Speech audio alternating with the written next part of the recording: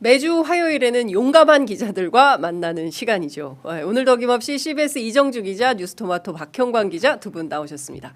어서 오십시오. 네, 안녕하십니까. 네, 연휴 잘 보내셨습니까? 아 일했죠. 연휴랑은 없죠. 네. 기자들에게 연휴는 없다. 네. 그러니까요. 왜냐하면 또 계속 일을 해야 네. 또 우리 시청자 여러분들께서 또 불필요한 거 빼고 꼭 필요한 정보들만 보실 수 있기 때문에 3.1절 네. 취재하셨죠. 너무 힘들었어요. 진짜 너무 대단해요, 진짜 진짜로. 지치지 않고. 아, 미쳐버린다. 야, 이번에도 2개의 기대를 꽂고. 네. 아 이번에는 안 걷고 왔어요. 네, 서울 가서. 네. 안 꽂고 그냥. 네. 이번에도 극우 집회 현장 다녀오셨다고. 아 그렇죠. 네. 이번에 이제 거의 그 굳이 말하면 그 어벤져스 엔드게임. 엔드게임? 네, 총 어셈블. 어셈블에서 네. 이제 최종 집회했는데 네. 집회는 총 2곳에서 열렸어요. 네, 여의도? 네, 광화문? 여의도 공원하고 거기 금융감독원 사이에 네. 8차선 도로 있는데 그 중에 절반, 4차선 거기가 세이브 코리아. 네. 네, 거기서 현역 의원들 나경원, 김기현, 뭐 조배수 네. 등등 많이 올라왔었고. 37명. 네. 그리고 광화문, 네, 정광훈. 거기는 국회의원 안 왔어요? 거기 왔어요. 왔는데 12명. 네, 왔는데 급이 여기가 좀 짜치는 정광훈. 네, 더 알려진, 더 알려진. 덜 알려진. 제가 그렇게 평가한 게 아니라 거기 사람들이 평가한 거예요. 거기. 여기 왜 짜치냐? 네, 왜 우리는 왜 중진이 없냐? 중진이 없다. 네, 중진도 없고 초선들?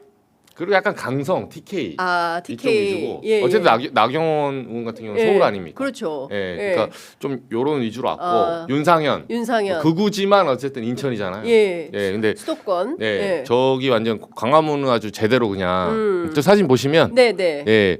저기가 이제 광화문 쪽이에요. 요거는 이제 제가 이동해서 찍었는데 네. 그 안국역 바로 붙어 있는 민주당. 그러네. 네. 이건 민주당 집회. 네, 정광훈 쪽에서 쭉 올라와서 어쨌든 풍선이 파란색이야. 네, 그 세 곳을 제가 아침에 다니면서 여의도 찍고 아침 9시부터 찍고 넘어가서 이날 비 왔어요. 맞아요, 비 왔어요. 네, 중간에 우산 펴고 좀 다니다가 그 정광훈 집회 보고 그다음에 여기 민주당까지. 그렇군요.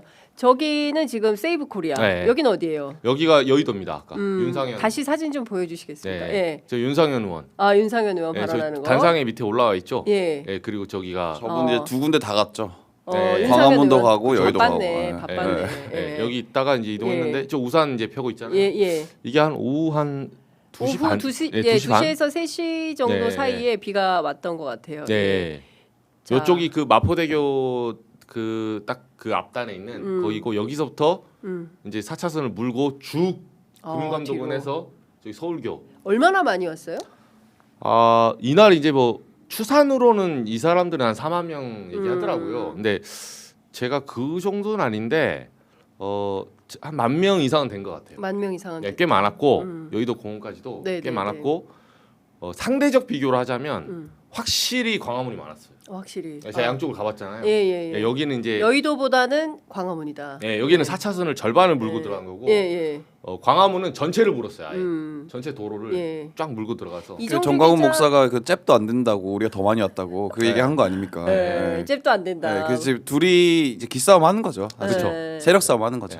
그래도 이제 무대에 짜치는 의원들 올라오니까 이제 좀 출연진이 좀 새로 얘기하고 그리고 명확한 분위기 차이가 있어요.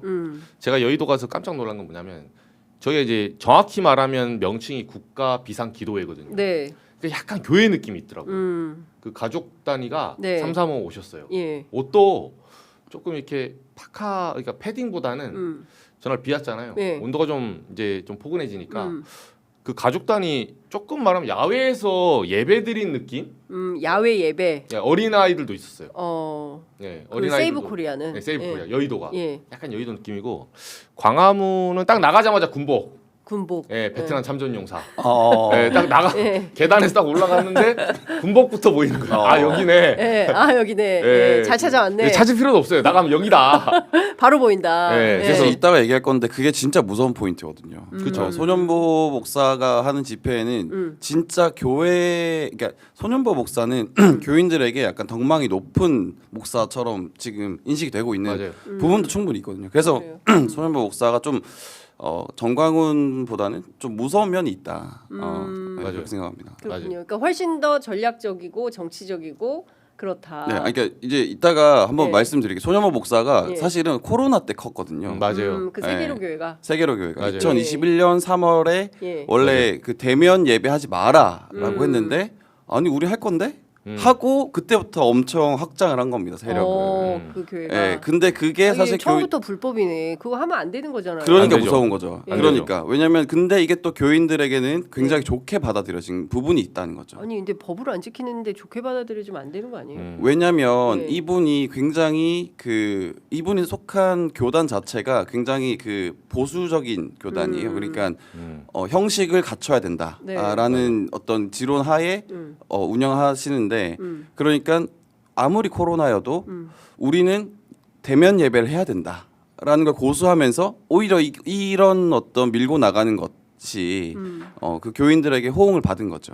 그리고 갈 곳 없는 네. 어떤 왜 대면 예배 못하면 좀 아쉽잖아요 교인분들이. 그러니까 이쪽으로 많이 몰렸던 그런 경향도 있는 겁니다. 그렇군요. 네. 맞아요. 자, 그 이정주 기자가 준비해 온 영상이 있어요. 네네. 그래서 그 영상을 저희가 한번 보고 조금 더 말씀을 좀 이어가도록 하겠습니다.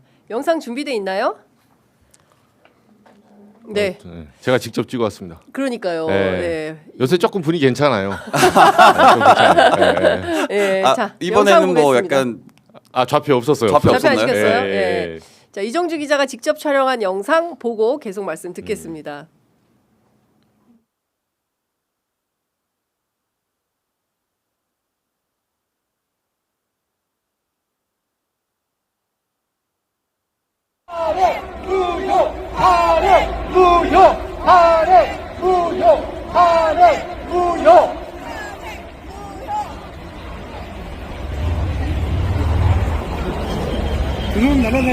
네, 여러분 반갑습니다. 잠시 안내 말씀 좀 드리겠습니다. 지금 많은 분들이 여의도 공원에서 저는 지금 이동 중입니다. 여기 세우코리아 중심부로 한번 가볼게요. 중심부로. 이쪽으로 이동을 하시는데 앞쪽으로 오실 수가 있거든요. 그래서 바로 앞에서 여러분께서 보실 수가 있습니다. 그러니까 여의도 공원에서 조금 이쪽으로 이동해서 앞쪽으로 가서 이제 물건을 부탁을 좀 드리겠습니다. 자, 그럼 지금부터는 다 티켓을 받으셨죠? 티켓을 들고 우리 힘차게 구호를 외치는 포토타임을 좀 갖도록 하겠습니다. 티켓을 좀 준비해 주시면 되겠고요. 그리고 국회의원님들께서 자리에 앉으시면 기자분들이 올려오셔서 함께 사진을 찍는 시간을 좀 갖도록 하겠습니다. 예, 기자분들은 이 3층 단상으로 올라와서 다 같이 사진을 좀 찍도록 하겠습니다. 그리고 국회의원분들께서는 티켓을 준비해 주십시오.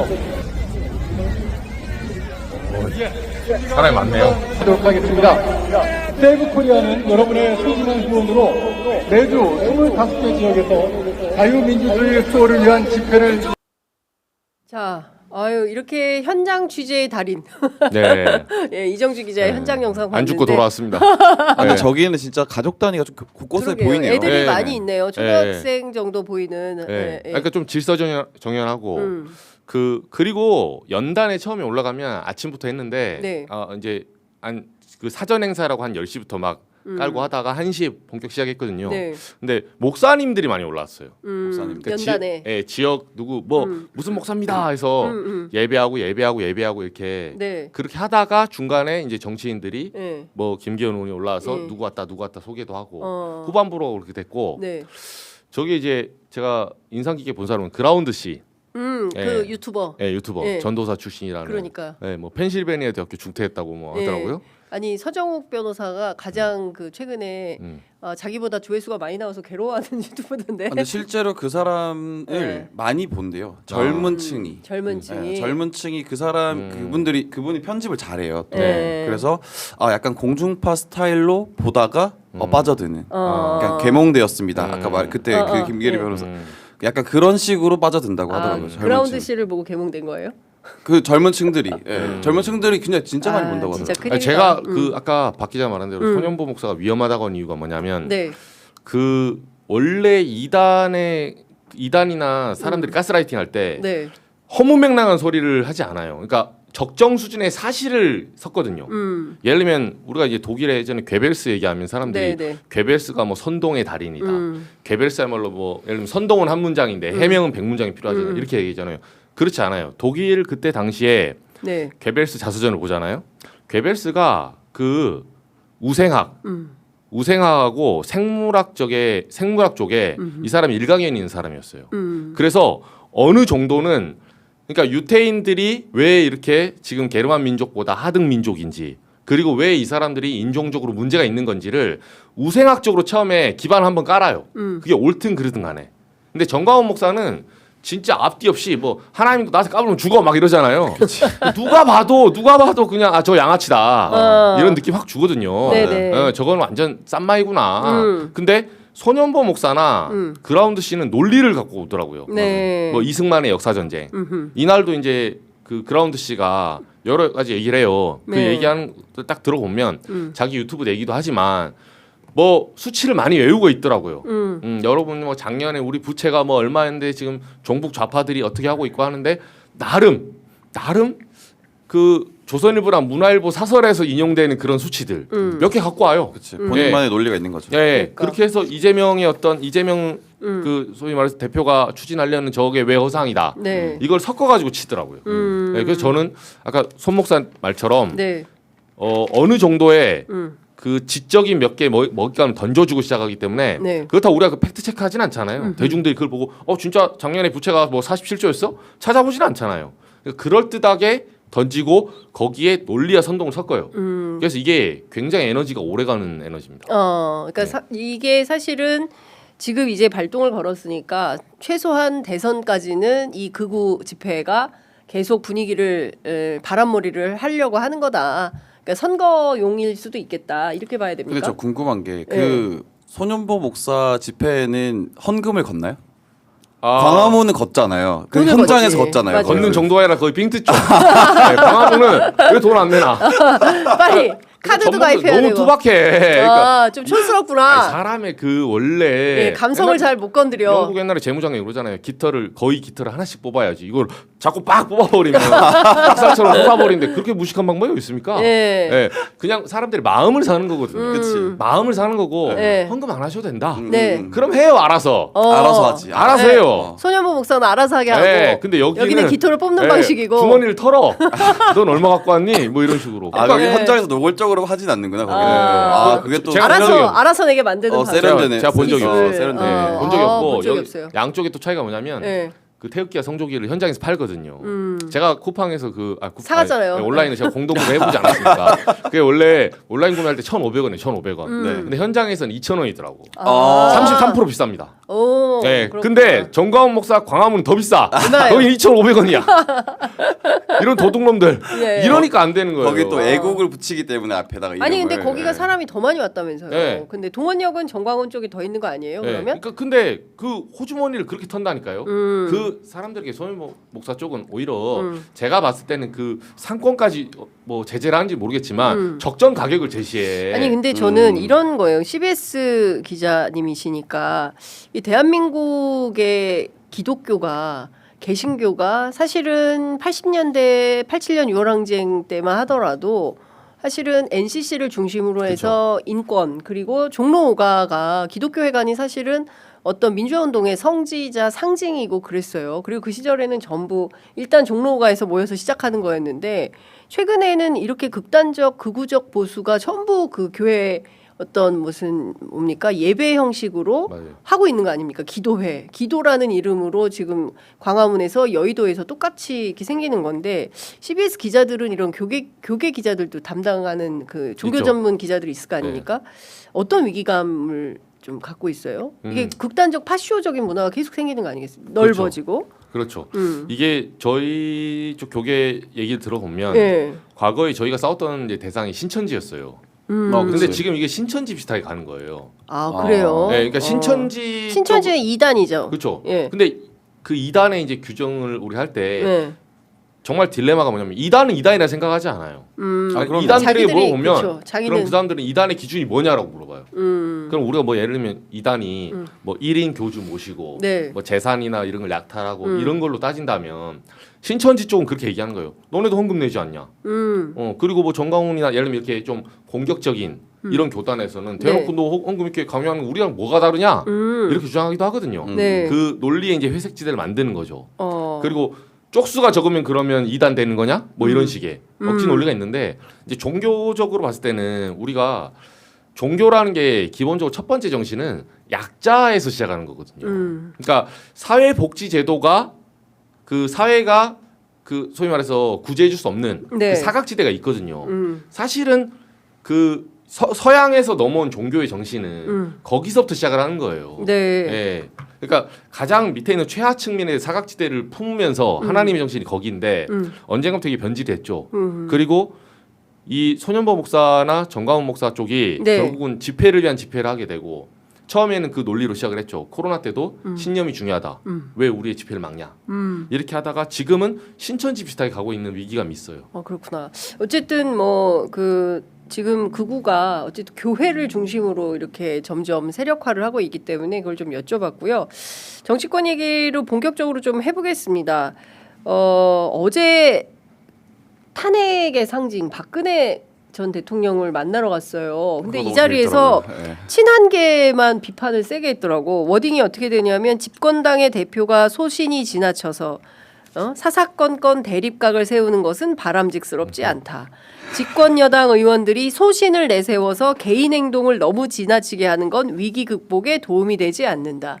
이거는 제가 보기에 한동훈과 김상욱을 저격했다 이렇게 그쵸. 보이는데 어떻게 보십니까? 한동훈 계를 다 저격한 거죠 사실은. 네, 한동훈 김상욱 계를. 의원뿐만 아니라 네. 한동훈 계 의원님들이 이제 각자 목소리를 내기 시작했고 뭐 우재준 의원부터 해가지고 뭐 그 패널로 나오시는 분들도 그렇고 네. 한동훈 계를 저격한 게 맞죠. 네, 그리고 제가 이거를 좀 취재를 해봤는데, 네, 그러니까 네. 여당 쪽, 그러니까 지금의 지도부 쪽 얘기를 들어보면 한동훈 진짜 꼴 보기 싫다는 거예요. 제목 지금 나왔다. 한동훈 진짜 꼴배기 싫다. 지금 이거 우리가 지금 먹는 판인데 한동훈 괜히 나와가지고 거기에다가 다 그 관심이 쏠리고 그러니까 관심 나눠주기 싫다 이거예요. 그러니까 왜냐하면 한동훈 대표가 책을 내면서 책을 낸다 하면서 거기에 다 뉴스가 포커스가 됐잖아요. 그러니까 기자들도 몸이 한 개밖에 없으니까 그렇죠. 이거 막 하면 이거 막 못 한단 말이에요. 맞아요. 그러니까 권성동 대표나 뭐 권영수 대표가 하는 말들 기사화가 안 되는 거예요. 그래서 그 밀리고 예. 그러다 보니까 그러니까 언론 지도부에서는 보도가 한동훈 위주로 돌아가니까 이게 싫구나. 저거 꼴 보기 싫다 해서 사실은 기획을 한 거죠. 그래서 네. 그 사실은 이제 권성동 대표나 권영세 대표가 직접 본인의 입으로 말하기 뭐한 것을 박근혜 그렇죠. 전 네. 대통령의 입으로 말한 거다. 차도살이 나는 거죠. 이렇게. 기획을 한 차도살인. 거예요, 사실은. 네, 사실은 그리고 이 분들이 가서 박근혜 전 대통령이 무슨 말을 할지 서로 맞추지 않고 갔겠습니까? 맞추고 갔죠. 네, 맞추고 갔고 그 지금 유영하 변호사가 네. 지금 의원이시잖아요. 의원이 사실 컨트롤하는 걸로 저는 알고 있어요. 중간에서. 네. 그리고 되게 재밌는 거 보시면 권성동 의원이 원래 그 탄핵소추위원장 단장이셨잖아요. 예전에 박근혜 박근혜 때 맞아요. 그 여기 처음 만난 거거든요, 네. 사실. 뭐 이 옛날 일이고 뭐 다 지나간 일인데 이 괜찮다. 장면도 너무 웃기더라고요. 그렇죠. 저도 나 이거 너무 웃겼어. 그래서 예. 이거 뭐지 하고 취재를 예, 해봤는데 예. 권성동 의원 그 원내대표가 예. 사실은 그 전에 막 이명박 대통령도 만났었잖아요. 맞아요. 만나려고 몇 번 시도했었어요. 근데 거부당했어. 안 만나줬구나. 근데 이번에 그래서 합동을 같이 간 거예요. 권성동은 만나기 싫은 거예요. 만나기 싫죠. 나라도 저라도 싫어요. 내가 너 예. 때문에 감옥 갔다 왔다 이놈아 이건가? 그렇죠. 그래서 누가 뭐 이 메이드를 한 건지는 잘 모르겠지만 어쨌든 권 대표는 시도를 했는데 실패했다가 이번에 들어간 거다. 그렇구나. 그리고 굉장히 좋은 타이밍에 예. 그리고 굉장히 그 지금 여당 지도부가 하고 싶은 말을 박근혜 전 대통령이 해준 거죠. 그러니까 이 메시지는 경우에 따라서는 지도부하고 일정 정도의 어떤 그 교감이 있었던 교감 거죠. 후에 네, 나온 100%죠. 것이다. 네. 어떻게 보세요? 저는 네. 사실 이게 작년 이맘때죠. 그 뉴스를 보면 이제 정확한 날짜는 아니면 기억하실지 모르지만 네. 제가 찾아보니까 3월 26일입니다. 작년 총선 4월 10일 총선 앞두고 네. 한 한 20일 앞두고 갔어요. 한동훈 당시 비대위원장이 그 박근혜 전 대통령 예방을 합니다. 맞아요. 그랬죠. 예방을 하는데 그때 제가 이제 취재를 했었거든요. 그때 이제 둘이 사진 찍는다고 보시면 한동훈 대표가 박근혜 전 대통령 여기 있고 이렇게 손 모아서 맞아요. 꾸러기 표정, 꾸러기 표정이라고 했어요. 이렇게. 아 한동훈 표 꾸러기 표정. 네, 꾸러기 표정. 이렇게 장난 꾸러기 표정. 맞아, 기억나요. 이렇게 찍거든요. 네. 제가 듣기로 후문으로 네. 이렇게 농반 진반으로 대구 의원들이 죽이고 싶었다 하더라고. 진짜. 왜? 박근혜가 그랬대. 박근혜가. 박근혜가? 네, 내가 이걸 그냥 진짜 속으로는 죽이고 싶었다. 근데 후문을 저희 취재해 보니까 박근혜가 진짜 만나기 싫었대요. 한동훈 대표. 네, 오히려 저희가 취재한 바로는 윤석열도 네. 대선 전에 만났잖아요. 맞아요. 네, 나중에 이제 뭐 미안한 마음이 있다 어쩌고 저쩌고 해서 무슨 보수 연합해야 된다고 만났잖아요. 윤석열까지는 받아줬대요 박근혜가. 근데 저희가 취재한 바로는 박근혜가 제일 싫어한 게 한동훈. 근데 절대 안 만날래 했대요. 왜냐하면 그 수사 당시에 사실은 네. 알잖아요. 윤석열은 술이나 처먹고 그냥 다니고 있고 뭐 긴장 안 해봐야 막. 아 기자님 방송 중에 죄송합니다. 방송 기자님이 막 아니, 제가 한 말이 아니라 거기 제가 영어 수정하겠습니다. 술을 좀 마시면서 다녔다. 네, 음주 가물을 좋아하셨다. 네. 네, 아니 수사팀에서 그러더라고요. 윤석열은 하는 게 뭐 그런 거예요. 술 먹고 인간관계 네트워크 맺고 하는데 일은 한동훈이 다 하는 거야. 네, 그치. 맞아요. 네, 저는 네. 그 얘기 많이 들었어요. 네, 동나 일은- 뭐 소장 쓰고. 동훈이가 일은 다 했다. 네, 근데 사실 구형을 하고 이거 그 박근혜 전 대통령의 폐부를 찌르고 실제로 나중에 이제 검찰 구형할 때 직접 대놓고 앞에서 뭐 소장 쓰고 딱 때리고 한 게 한동훈이 했다는 게 모욕감을 굉장히 많이 느꼈다고 들었어요. 박근혜가. 네, 그래서 대구 쪽에 제가 의원들한테 듣기로 예. 박근혜 전 대통령이 정말로 안 만나려고 한 거야. 정말로 안 만나려고 했고 그래서 그 한동훈만큼은 절대 내가 화해할 수 없어. 얘는 안 된다. 어. 윤석열까지 내가 만나는데 대통령이 됐으니까 예. 후보니까 내가 만나주지만 한동훈까지 내가 만날 이유는 없다. 그렇죠. 근데 당시에 유영아 후보가 대구에 예. 나갔잖아요, 작년에. 맞아요. 예, 아. 그러니까 공천 때문에. 유영아 후보 공천 때문에 만들어 나갔다. 그렇구나. 결국은 유영아 후보가 매번 공천 못 받았잖아요. 맞아요. 예전에 그 유승민 전 의원 그렇습니다. 2015년 막 예. 16년 그때도 예. 유영아 막 마지막에 떨어지고 맞아요. 그랬잖아요. 그러니까 예. 그런 사태가 있기 때문에 유영아 후보를 당선시키기 위해서 한번 굽혀준 거다. 그때 그 설이 돌았거든요. 그렇구나. 예. 근데 나 같아도 좀 그럴 것 같은 게 한동훈 대표가 윤석열과 내가 왜 이렇게 됐나 하는 인간적인 고통이 있다. 그러니까 이게 말이 막걸리예요. 왜 이렇게 그러니까 내가 더 얄미울 것 같아. 네. 예? 나는 아직 용서 못했어 이 소리를 그러니까. 사실은. 예. 그리고 이재명을 막기 위해서 우리는 뭉쳐야 한다. 그러나 선거에서 우리는 이길 수가 없을 것이다. 어떻게 자기 해야 객관은 돼요? 잘 되네요. 근데 선거에서 너무 이길 수 없다. 한동훈스러워. 그렇지 않아요? 워딩 자체가? 그러니까 이게 저는 한동훈 대표가 이번에 사실 책을 냈잖아요. 저도 네. 이거 사서 좀 읽어봤는데. 오, 네. 그 책이요? 네, 그렇죠. 이거 야, 나오고 이거 뭐 줄 서서 사야 된다는 바로. 줄 서서 샀어요. 그 이 기자들이. 기자님들 두 네, 분이다. 네, 예. 네. 이거 투샷으로 네, 잡아주세요. 내 돈 내산. 이거 근데 내산. 광고 해주는 거 아닌데. 광고 해주는 거 아니야? 아, 아니 뭐 띠지까지 붙였어. 저는 이거 진짜 예. 한동훈 책이 삼해독 파해법. 거의 무슨 저기 저도 줄 쳐가면서 읽었거든요. 수사 보고서 여긴 또 다 줄 쳐가면서 미쳐버린다. 형광펜 뭐야. 네, 제가 진짜 너무 신림동 공부 열심히 하네. 고시원에서 나온 이후에 이거 삐지 붙인 거 처음이에요. 근데 이게 이거 뭐라고 지금? 아까 전에 정선배랑 얘기했는데 전 이거 꼭 한번 사서 읽어보시면 재밌다. 기자들이 읽어볼 만하다. 네, 그렇구나. 왜냐면 이게 계엄 시작부터 그 계엄 끝날 때까지 그 어떤 자기가 겪었던 얘기를 막 하거든요. 그래서 기자로서는 새로운 정보가 좀 있는 것도 있어요. 예를 들어서 계엄 다음 날 12월 4일 날 한동훈 그때 당시 당 대표고 이제 윤석열 대통령이었죠 당시에 이제 만나서 이제 그 조기 퇴진을 약속 받았다. 맞아요. 뭐 그런 얘기도 하고. 근데 이제 그러면서 저는 이 책이 제일 궁금했던 게 그거였어요. 그 한덕훈 사태. 한덕훈 사태. 그러니까 이제 법에도 없는 거. 그러니까. 대통령의 권한을 당과 네. 총리가 위임받아서 네. 하겠다라는 거였는데 네. 그거를 어떻게 변명했을지 어떻게 설명했을지가 굉장히 궁금하더라고요. 뭐라고 설명했어요? 그러니까 이게 취지는 그거예요. 음.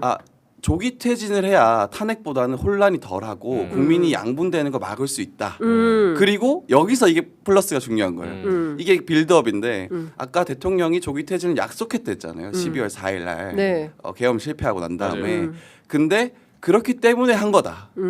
대통령이 약속이 있었기 때문에 우리가 일단 그 사이에 그 권한을 일임받아서 운영을 하고 근데 대통령 약속 안 지켰어.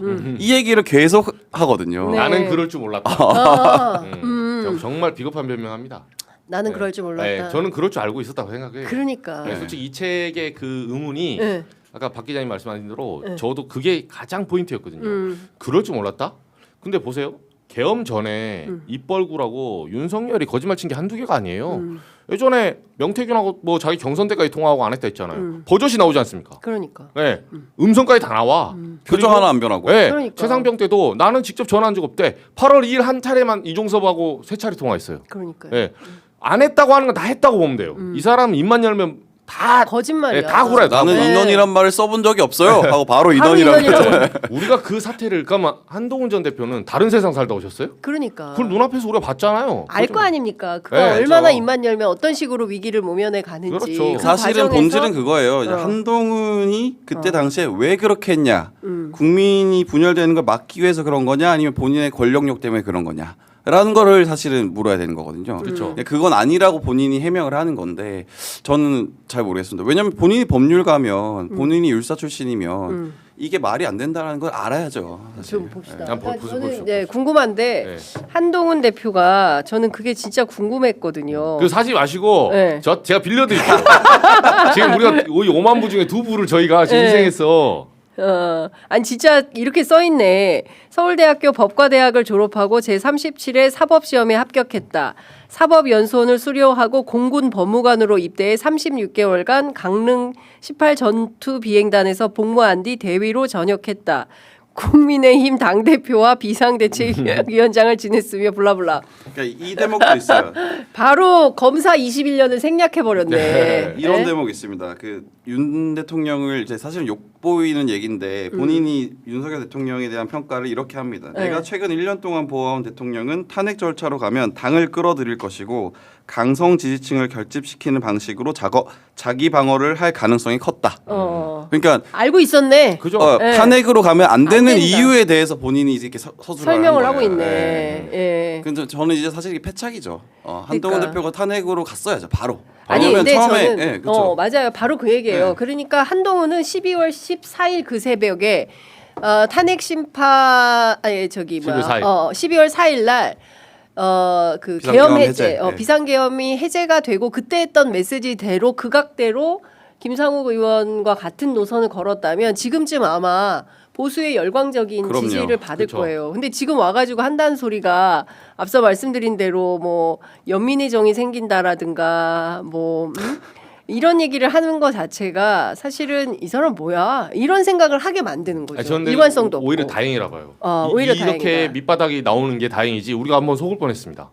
네, 그날 뭐 계엄해제하고 그때 멋있었거든요. 네, 국민과 네. 한번 가겠습니다 하면서 막 네. 본회의장 들어와서 알고 봤더니 자기가 죽을까봐 지금 결론이 그렇게 가고 있는 그렇지, 거예요. 맞아요. 결국은 내가 죽을까봐 어. 그 계엄 해제하게 된 거고 네. 결국은 내가 이거 짜옹 한번 해서 한덕훈해서 데리고 한번 해보려다가 이게 또 여론이 그게 아니네. 그래서 그냥 탄핵으로 떠밀려 가게 된 거예요. 그냥 결론적으로 다 그렇게 되는 거지. 우리가 의심했던 부분이 결국은 슬픈 예감 틀리지 않죠. 그러니까 저는 사실 딱 하나만 지적하고 싶은데 네. 제가 개인적으로 오늘이 무슨 날인지 아세요 혹시? 오늘 네, 3월 3월 4일. 4일? 네. 이게 작년에 무슨 일이 있었는지 기억나세요 혹시? 내가 3월 작년 3일은 기억은 3월 나는데 4일? 3월 4일은 기억이 기억 안 안 나시죠? 나네. 네. 이날이 런종섭 사태의 첫 날입니다. 아. 네, 이종섭 그 당시 국방부 장관을 3월 4일이었나? 3월 네. 5일. 3월 4일 3월 4일 이날 이었어요? 호주대사로 임명을 해요. 임명. 예, 임명하고 이제 빼기 시작합니다. 네. 예. 아니, 왜냐하면 제가 정확하게 기억을 하는 게 네. 런종섭 사태가 있는 출국하는 날 네. 제가 인천공항에서 하시죠. 라이브를 했거든요. 네. 저도 5시간 달려갔죠. 동안. 네. 저도 달려가서 그때 예. 그 MBC 기자는 타고 맞아요. 그 앞에서 민주당 의원 들어오고 했잖아요. 이게 런종섭의 시작이었거든요. 오늘이 벌써 1년 전이에요. 그러네. 네. 예. 한 10년 된 것 같습니다. 윤석열 정부는 그러니까. 진짜 네. 다양한 유니버스에 살기 때문에 그러니까 지금 생각해 보면 지난 3월 3일이면은 조국혁신당이 창당 대회를 하고 그렇죠. 그날 제가 그 조국혁신당 창당 대회도 현장 라이브를 했었거든요. 이렇게 생각을 해보면 작년 이맘때는 이미 선거 때문에 후끈 달아올라 있었던 전국이었어요. 네, 그리고 맞아요. 사실은 대파가 선거를 다 한 거예요. 대파가 875 원. 대파와 런종섭이 선거를 다 한 거예요. 네, 그래서 그 책에 이게 나오더라고요. 네. 제가 뒷부분에 나오나요? 네, 제 뒷부분은 안 아직 못 읽었거든요. 봤어? 뒷부분은 안 읽었어요. 한동훈의 생각편은 안 읽었어요. 그쪽으로 그 윤석만 여기 에디터 잘린 사람 그분하고 지금 이제 이 대담을 하거든요. 대담하는데 377페이지 보면 네. 저는 한동훈 전 대표를 비난하려는 게 아닙니다. 이 사람의 논리를 살려줄게요. 네. 이 사람이 이렇게 얘기를 해요. 저는 말이 아니라 행동이 중요하다고 생각합니다. 여러분께서도 제가 실제로 어떤 결정을 하고 무슨 행동을 했는지 행동할 건지를 잘 봐주셨으면 좋겠다. 알겠습니다. 자, 그럼 행동을 한번 볼게요. 자, 행동을 봐달라고 하니까. 행동을 봐줘야 돼. 저는 논리의 빌드업을 그대로 따라가요. 행동을 알겠습니다. 봅시다. 자, 네. 행동 어떻게 했냐 행동. 봅시다. 예. 291페이지 얘기 나와요. 예. 최상병 이슈가 이제 이게 3월 4일 때 얘기를 하는 거예요. 그쯤에 막판에 이제 난리 났잖아요. 대파 나오고 291페이지에서 최상병 이슈가 선거판에서 거의 사라진 상황이었는데 이종섭 전 장관을 호주 대사로 임명하면서 뜨겁게 다시 소환됐다. 이러면서 뭐라고 하냐면 자기가 당대표 전당대회 때 최상병 제3자 특검을 제안했던 이유는 국민의 상식에 부합하는 일이기 때문이다. 이렇게 했거든요. 네. 어제 기억나세요? 보훈과 안보를 최우선으로 하겠다고 공개 행보 시작했잖아요. 네. 자, 말이 아니라 행동을 봐달라 했죠. 최상병 특검 제3자 왜 안 냅니까? 그러네. 네. 7월달에 낸다며요. 지금 8개월 지났어요. 맞습니다. 깜깜무소식이야. 그리고 도저히 안 내길래 다른 당이 내줬어. 그렇죠. 왜 동의 안 합니까? 맞아요. 네. 예. 한동훈 대표 자기 행동 봐달라요. 한동훈 전 대표의 실체가 이겁니다. 이 사람도 윤석열 입벌구 버전 2야. 버전 2다. 네, 제가 봤을 때는 다 구라예요 거의. 지금 구라가 하나씩 시작했죠. 네. 왜냐하면 윤석열처럼 많은 권한을 안 줬기 때문에 아직 구라를 칠 게 없어서 안 칠 뿐이지 시작한 거예요. 그렇지 권리가 없어. 네, 친한계분들 보고 계십니까? 지금 네. 내세요. 네. 왜 안 냅니까? 뭐 100년 후에 낼 거예요? 네. 그리고 이분이 뭐라고 하냐면 자기가 보훈과 안보에 뭐 최우선을 하겠다는데 저는 이런 의심이 있습니다. 중요하죠. 중요해요. 근데 이때 최상병 이슈 있기 전에 이분이 2024년 1월이에요. 대전 현충원 가거든요. 1월 3일 날. 그때 정원철 회장이라고 네, 해병대 네. 거기서 이때 최수근 전 사망한 최수근 해병의 생일이에요. 그래서 현충원에 안장이 돼 있잖아요. 네. 그래서 한동훈 대표 대전 현충원 갔을 때 옆에서 그 약간 시의성 그걸 하거든요. 네, 했었어요. 네, 참배해달라고. 맞아요. 그냥 가버렸잖아. 그때 개무시하고 간 사람 누굽니까? 한동훈. 네, 그 쳐다보지 않고 갔어요. 그냥 가버렸어요. 네. 네. 물론 보훈 안보 중요하죠. 어제 연평해전 중요해요. 근데 그것만큼 중요한 근데 일이 일종의 보여주기식 행보인 그거예요. 거야. 이게 네. 그러니까 이 사람은 진정성. 필요할 때만 이렇게 얘기하지 네. 정말 행동해야 될 때는 정반대 행동을 해요. 그러니까요. 네, 안보 소중히 한다며요. 그냥 억울하게 죽어간. 최상병 먼저 해야죠. 최혜병 그죠? 먼저. 그리고 현안은 그 연평해전 같은 경우는 보훈의 영역이고 이건 안보의 영역이군요. 그렇습니다. 이렇게 억울하게 죽어간 지금 최상병 같은 물에 들어가는데 장갑차도 5분을 못 버티는 그 물살에 구명조끼 없이 들어가라 해서 지금 사망한 거 아닙니까? 국가가 그렇습니다. 사망시킨 거예요. 예. 그걸 똑바로 수사하겠다는 박정훈 대령은 지금 항명죄로 누명을 쓰고 아직도 재판 중이에요. 그러니까. 지금 이런 복합적인 소위 말해서 대통령실에서 게다가 권력의 외압 아닙니까? 이 수사 외압 복잡 다단한 지금 권력형 게이트거든요. 이거 하나 못 푸는 사람이 무슨 안보를 얘기하고 보훈을 얘기해요? 그러니까 저는 소위 이제 국민의힘 또는 그 보수 정치인들의 행태에 대해서 정말 이해할 수 없는 행태가 바로 이런 건데 한동훈 대표뿐만이 아니에요. 박정훈 대령 마지막 그 선거 공판인가 결심 공판인가 있었을 때 이준석 의원도 왔어요. 그런데 거기에 엉뚱하다고 보긴 좀 그렇지만 전혀 관계없는 그렇죠. 예, 사례와 관련된 그 유족분 피해자분 어머니 모셔가지고 네. 그분 얘기하고 그냥 호련히 가버려요. 박정훈 대령하고 인사도 안 하고 그러니까 자기 언론 플레이를 위한 거다. 그런데 기자들도 그날 다 눈살을 찌푸렸어요. 아니 오늘 그 박정훈 대령의 결심 공판인데 그 얘기를 해야지 엉뚱한 얘기라고 가. 뭐 이런 거예요. 그러니까 저는 조금 좀 이해하기가 어렵다. 그러니까 결국에는 다 자기 살려고 하는 자기 정치에 불과한 것이지 안보요, 보훈이요 이런 거 내세우는 것도 사실은 그냥 입 바른 소리에 불과한 거 아니냐라는 생각을 이분들이 합니다. 지금 제가 정말 이분들을 저희가 팩트 체크하고 이렇게 기자들이 깐깐하게 봐줘야 되는 게 안보 파리를 하면 안 돼요. 안보파리. 예, 정말 하고 싶으면 안보에 대한 자기가 생각이 있다면 행동을 해주세요. 본인 행동한다며요. 그러니까. 예, 자기 행동으로 평가해달라며. 제가 행동으로 평가하고 싶어서 한 거 아니에요. 해달라며요. 책에서 해달라니까 해주는 거예요.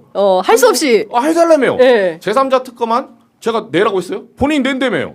본인이 작년 전대할 때 자기가 특검법 재산자 특권 낸다며요. 그러니까 기자들이 물어봤을 때 그 네. 얘기 했잖아요. 아 이거 뭐 자기가 이거 걸고 한 거기 때문에 반드시 한다. 아니, 대권 양보해서 우리가 내라고 했어요? 감감무소식. 그러니까. 대권 양보해서 그러니까 물론 내라고 프레시할 수도 있겠지만 우리가 내라고 한 적 한 번도 없어요. 자기가 내겠다며요.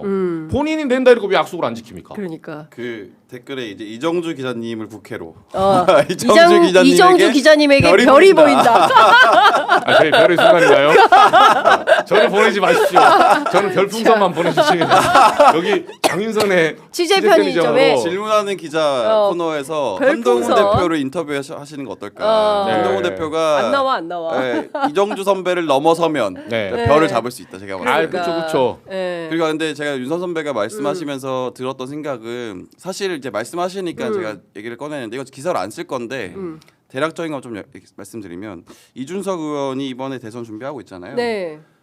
그 무한 참사 유가족을 접촉한 걸로 알고 있어요. 캠프로 들어와 달라. 근데 제가 누군지 특정하지 않겠습니다. 무한 참사 유가족? 예. 그러니까 저는 이게 굉장히 안 좋은 행태라고 봐요. 그러니까 아니 왜 무한 참사 유가족을 항공기. 왜 그렇게 캠프로 들어오면은 어떻게 뭐 사실 활용? 이미지 정치하기 좋잖아요. 어머나. 그러니까 호남 뭐 이런 예. 그러니까 저는 이거에 대해서 누군지 사실 이거 기사 안 쓰기로 해서 누군지 특정하지 않겠는데 네. 이거 왜 말씀을 좀 드리냐면 앞으로도 혹시나 이런 이 유가족들을 이용하려는 혹시나 좀 나쁘다. 그런 정치를 할 수 있을 것 같아요. 왜냐하면 선거가 시작됐으니까 뭐 민주당도 그렇고 국민의힘도 그렇고 그러니까 이런 거 안 했으면 좋겠다라는 걸 좀 미리 말씀드리고 싶어가지고 네. 좀 네. 그러네요. 그러니까 네. 그 참사의 유가족들을 자기 정치에 활용하려고 한다. 이거는 국민들이 용서하기는 좀 어려울 것 같다라는 그러니까요. 생각이 좀 듭니다. 너무 답답해서 제가 스프레이 하나 소개하고 갈게요. 예. 지금 답답해서 시원하게 가려움 완화제 글루타셀 스프레이를 소개합니다. 지금 사회적 스트레스가 굉장히 많은 시절인데요. 직접 뿌려보네요. 막. 저 한번 뿌려야 될 것 같아요. 지금 얼굴이 피부도. 너무 붉다고 지금. 네, 얼굴이 붉어요. 저도 3일절 이거 그러니까. 돌아다닌다고. 뿌려. 뿌려야겠네요. 피부도 스트레스를 받으면 쉽게 예민해진다고 하는데요. 환절기가 되면 유난히 피부가 건조해지면서 가려워하시는 분들이 굉장히 많이 있습니다. 피부가 민감해져서 건조해지면 스트레스 관리와 함께 적절한 실내 습도 조절이나 수분 섭취를 자주 해주시면 좋은데요. 그래도 습관처럼 벅벅 긁고 계시다면 글루타셀 스프레이로 긁지 않도록 해주는 것이 중요합니다. 글루타셀은 순한 화장품 성분이기 때문에 누구나 부담 없이 사용하실 수 있으십니다. 평소 가려워하시는 어르신들은 물론이고 긁어대며 보채는 아이들, 약을 사용하기 곤란한 임산부들까지 안심하고 꾸준히 사용하실 수 있어서 좋은 반응을 얻고 있다고 합니다. 지금 긁고 계시다면 긁지 마시고 과학적으로 개발된 글루타셀을 뿌려보시기 바랍니다. 글루타셀은 전국에 있는 글루타셀 취급 약국이나 인터넷에서 구입하실 수 있고 재구매 고객들이 많아서 45mm 증정 이벤트는 계속된다고 합니다. 의약품이 아니기 때문에 병명 치료 등은 언급하지 말라고 써있는데 제가 이것까지 읽었다. 네, 잘못 읽었다라는 말씀을 좀 드리겠습니다. 200ml 제품을 구입하시면 45ml 휴대품 증정 이벤트는 계속되고 있습니다. 직접 뿌려보니까 어떠세요? 시원하고 좋은데요. 시원해요? 방금 다행이다. 한동훈 안보파리 열받아서 피부가 약간 올라왔었어요. 안보파리 하지 마십시오. 안보파리 하지 말고 진짜 행동을 해주십시오. 네, 멋있다 박형광 막 이런 글들이 올라오고 있습니다. 네.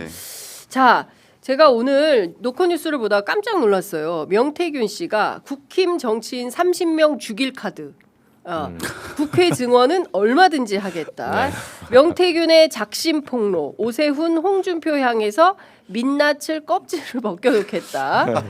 무릎 상태는 악화되고 있는데 내가 보조기구를 차서라도 국회에 나가 증언하겠다. 어떻게 된 겁니까? 명태균 전문 기자. 저도 이게 좀 알아보니까 명태균 사장께서 진짜 감정적으로 많이 틀어지신 것 같아요. 감정적으로. 감정적으로. 그러니까 몸 상태도 너무 안 좋고.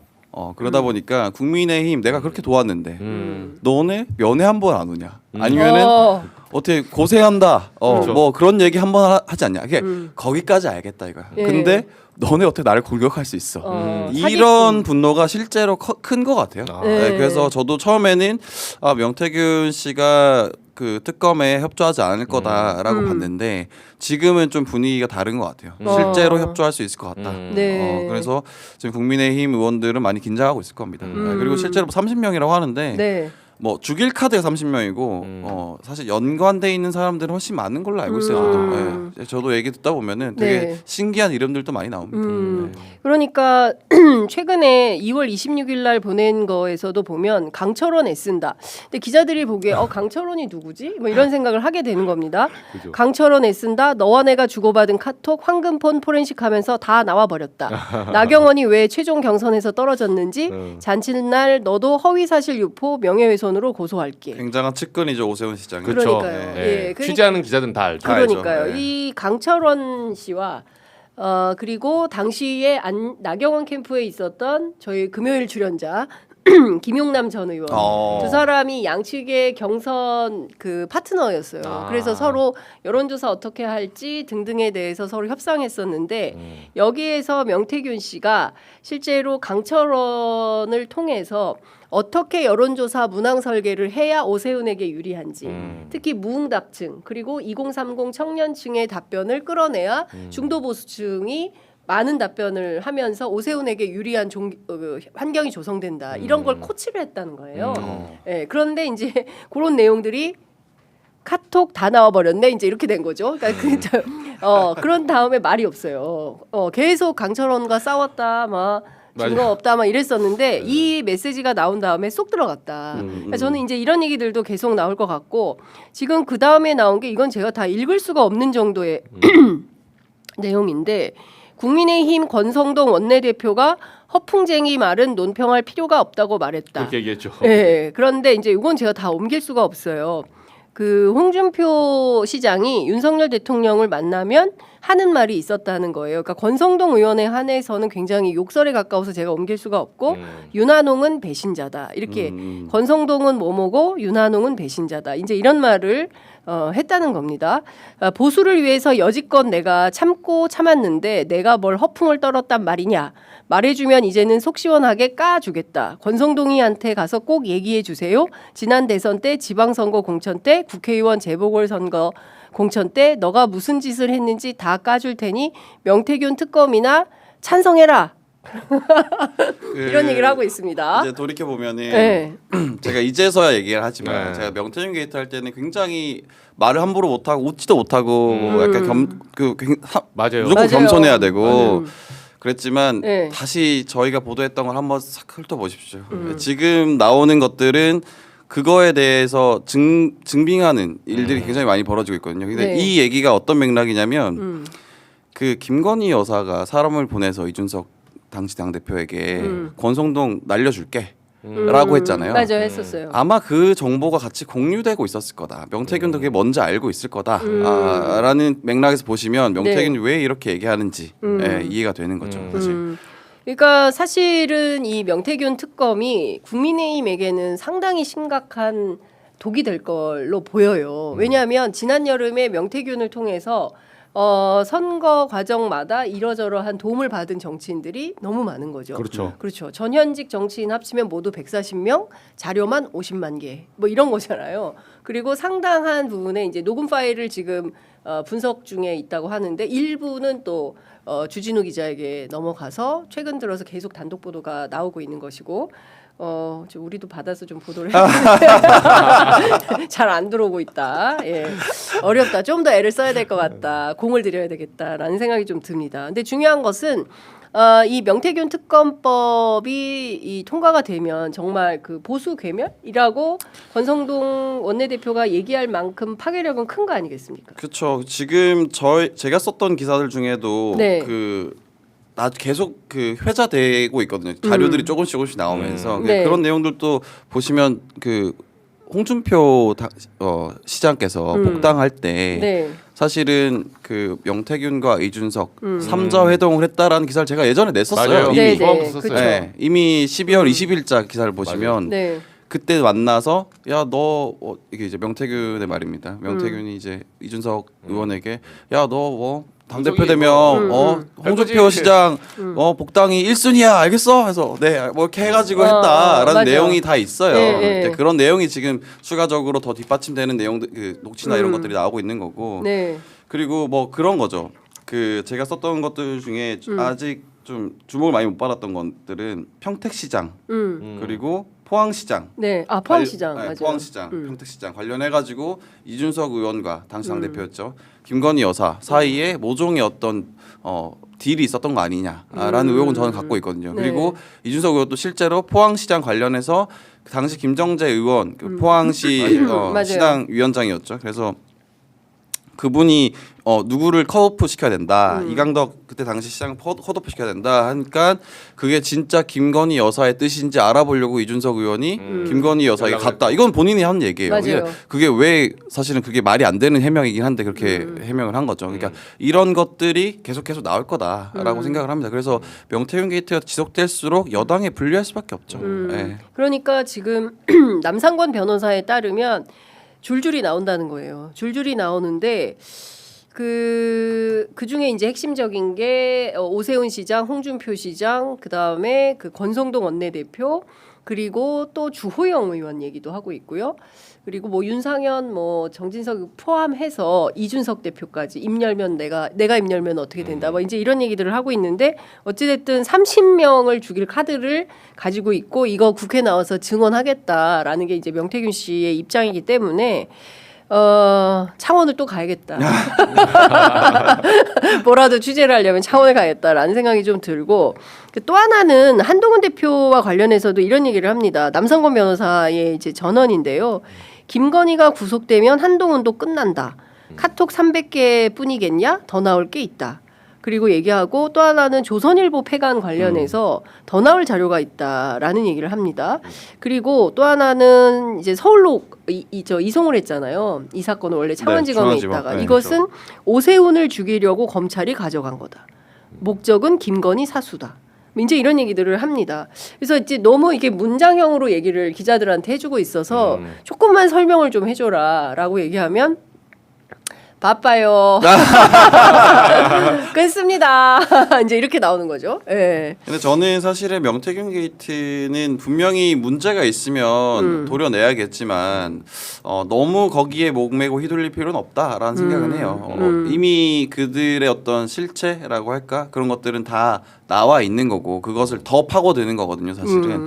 그래서 많은 국민들이 이미 많이 봤다. 네. 그래서 민주당 입장에서는 민주당 입장에서 말하면 정권 교체 힘을 쓰면 더 좋을 것 같다. 네거티브보다는 좀 좋은 정책을 가지고 네. 싸우는 게 어떻겠냐라는 생각 좀 합니다. 제가 명태균 게이트를 했지만 좀 명태균 게이트가 너무 정쟁화되는 것도 옳지 않다고 좀 보기도 해요, 사실은.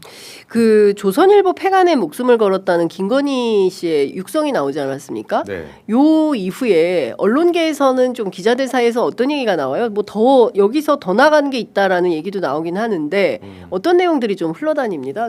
조선일보 관련해서 어떤 얘기 좀 흘러다녀요? 그러니까 원래 이게 데자뷰처럼 보수 정권의 핵심 키 늘 박근혜 탄핵 때도 네. 그 당시 이진동 기자였죠. 네. 네, 최순실 쥐고 있었잖아요. 맞아요. 그러니까 이게 사실은 좋게 말하면 취재력이 좋은 거고 나쁘게 말하면 이제 정치랑 연동이 좀 돼 있는 거예요. 플레이어죠. 네. 플레이어다. 네. 그게 이진동 선배도 사실은 네. 그걸 한 8개월 정도 쥐고 있다가 나중에 그 최순실의 얼굴을 처음으로 공개했잖아요. 네. 그 당시에 이제 후폭풍처럼 우하고 가니까 이게 그렇게 지나간 거지. 사실은 왜 쥐고 있었냐는 질문이 그때도 나오긴 했어요. 그럼 쥐고 뭐 하려고 했냐.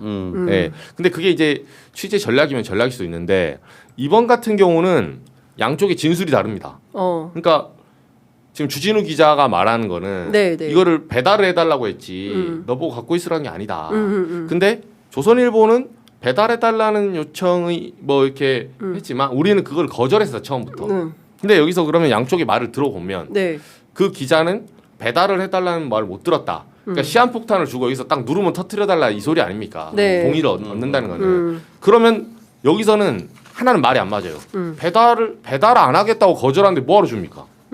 네, 상식적으로. 그러네. 내가 배달을 해달라고 분명히 명태균이 받지 말았어야 되는 거 기자한테 아니에요? 네, 그죠. 근데 쓰려고 받는 거 아니야 그런 거는? 그죠. 이게 받았다라는 것 자체는 사실 동의를 얻었다라는 거거든요. 그렇죠. 네. 근데 얘가 이 사람이 배달 안 하겠다는데 야 그럼 네. 네가 이걸 왜 줍니까? 네. 배달 안 하는 뺏어야지. 그러니까. 그러니까 양쪽의 진술도 어긋나고. 네. 어쨌든 현재 상황은 네. 그 용산이 이 과정에 대해서 다 알고 있었다 이거죠 지금. 그렇죠. 예, 그러니까 자연스럽게 김건희 여사는 아마 그렇게 추론이 되는 것 같아요. 이거를 쥐고 배달 사고 내서 양쪽에서 지금 나를 협박하려고 들어왔다. 아. 네, 여기서 지금 핀트가 상한 거예요. 그래서 빡친 거야. 네, 그래서 내가 폐간시켜 버리겠다. 네. 뭐 화가 이런- 나가지고. 네. 어. 그리고 원래는 정상적으로 요게 지금 계엄 이후에 통화라고 하는 거 아니에요. 네. 누구랑 통화했는지 안 밝혀지지만 탄핵 이후. 탄핵 가결 이후. 예, 예. 예. 그럼 12월 14일 이후인데 그렇죠. 이게 그러면 탄핵 이후면 더 가까운 거예요. 그렇습니다. 지금 시점과 예. 굉장히 가까워요. 예. 근데 요쯤 되면 사실은 사방이 적이거든요. 음. 네, 통화를 함부로 못 해요. 근데 김건희 여사 보통은 우리가 추론할 때는 그러면 이거를 통화해서 야 뭐 폐간시켜 버릴까 이렇게 하는 게 정상이냐 이렇게 물어보는데 여사는 그럴 수 있다. 아니 내가 사실은 어제 그럴 수 있다. 어제 경호처 재밌는 얘기가 나오나 보네요. 어제 경호처 사정에 밝은 분을 네. 뵀어요. 오. 그래서 그분께 요새 김건희 여사는 어떻게 지낸대요? 김건희 여사 뭐 한대요? 혼자서 거기서 뭐 한대요? 하긴 뭐래? 맨날 전화해. 계속 이런 전화를 계속 하고 있다. 그러니까 전화할 때가 맞나 보네요. 그러니까 여기저기 전화해가지고 뭐 최근에 또 뭐 아무개도 들어갔다 왔다, 아무개도 갔다 왔다. 제가 뭐 누구 이름은 뭐 또 하면 고소당하니까. 관저에 들어갔다 왔다. 예, 한남동 갔다 왔다. 뭐 중진 누구도 갔다 왔다. 무슨 얘기 듣고 왔다. 하면 이제 이런 얘기를 쭉 해주는 거예요. 근데 중요한 건 그녀는 아직도 통화 중이다. 통화 중이다. 예, 계속 통화 중이다. 맞아요. 아직 예. 노력하고 계시군요. 그렇죠. 네. 예, 그리고 자기가 통화하면서 상대가 이미 이명수 기자한테 한번 당했잖아요. 그러니까 김건희 입장에서 한번 당한 거 아닙니까? 당했지. 확실히 당했지. 당했는데 상관없어. 한 번이 아니지 몇 번 당했죠. 그렇지. 녹음해 이 자식들아. 내가 못할 말했냐? 해. 나 목숨 걸었어 폐간에 조선이. 그러니까 네. 그러니까 진짜 그런 것 같아요. 이분 스타일이 굉장히 독특해요. 예.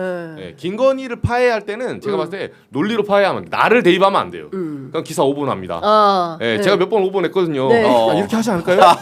알고 다 오보야. 다 오바. 그러네요. 부장한테 이제 까이고 나서 네. 그러네요. 네. 앞으로 이렇게 기사 쓰면 안 되겠네요. 까이고 나서. 윤석열과 김건희는 정상범죄에서 해석하면 안 돼요. 그러니까 예. 예. 항상 무속과 연동해가지고 새로운 관점으로 기사를 써야 된다. 예. 그렇지 않고서는 유해가 안 된다. 그 무속하니까 생각나는데 네. 이건 여담이지만 그 권성동 원내대표가 요즘에 그렇게 역술인들에게 전화를 받는데요. 네. 너 지금 운이 엄청 좋으니까 대권에 도전해라. 그래서 권성동 원내대표가 여기까지 취재가 된 거예요. 권성동 원내대표 보좌진들이 퍼뜨리는 거 아니야?